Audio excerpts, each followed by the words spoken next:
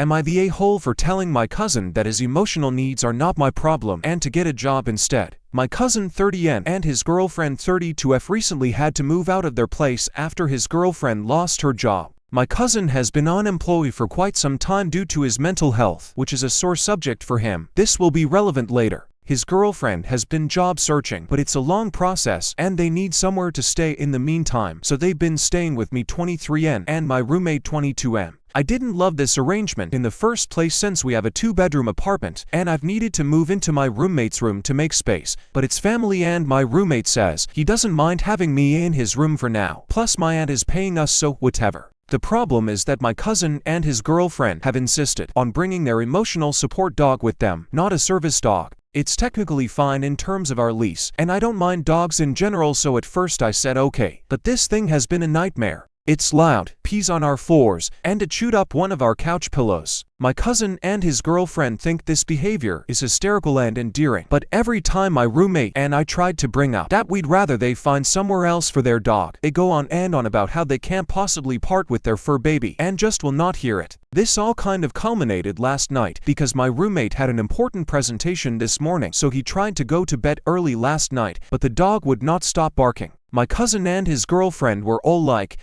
she wants to play. But my roommate and I were pretty annoyed. I told my cousin that this arrangement was not working and that he needed to find somewhere else to put the dog. He told me again that it's their fur baby, and his girlfriend started getting really upset and telling me we were making the dog feel unwelcome and it was like asking them to part with their child. I told them that the dog is not a baby and that they need to take responsibility for it or find somewhere else for the 3 of them to stay. He reminded me that he needs the dog for emotional support and that his girlfriend is trying to find a job and they have nowhere to go until then. Partially out of anger, I told him that his emotional support needs weren't my problem and that maybe he should try getting a job too. I know he's had a rough time with his mental health and how that impacts his employment, so I think those 2 statements put together cut a little deeper than I intended, and he hasn't been talking to me today, and his girlfriend called me an ableist for what I said. My aunt texted me this morning that my cousin and his girlfriend plan on moving out this weekend with their dog and that I was way too harsh with him. I do understand why the comment had that effect on them, and I feel bad for that, but it finally got the dog out of our place after we've been trying the gentler approach, so I don't really know what else I could have done. So am I the a-hole for not wanting the dog in our place?